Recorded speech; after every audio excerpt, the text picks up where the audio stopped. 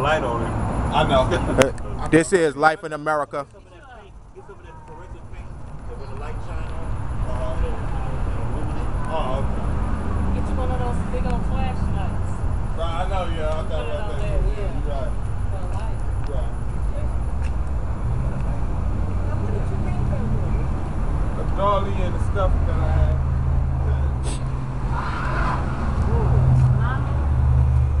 It's not quite a lawnmower. It's in a lawnmower family, though. You can do a lot of things with those cars. You got a two-stroke engine? I'm not sure. And this is Life in America. Gas. It ain't no two-stroke. You put regular oil. It goes 70 miles an hour. Come on, man. Give it up. Tell us about it, man. Tell us about your machine, man. I really don't want to be on camera right now, but yeah. Since I'm on it, you know, yeah, it move. It go over. It can hit over 70 for sure. Wow. With two people, about 55 easy with no strain. Yeah. Easy maintenance. You can easy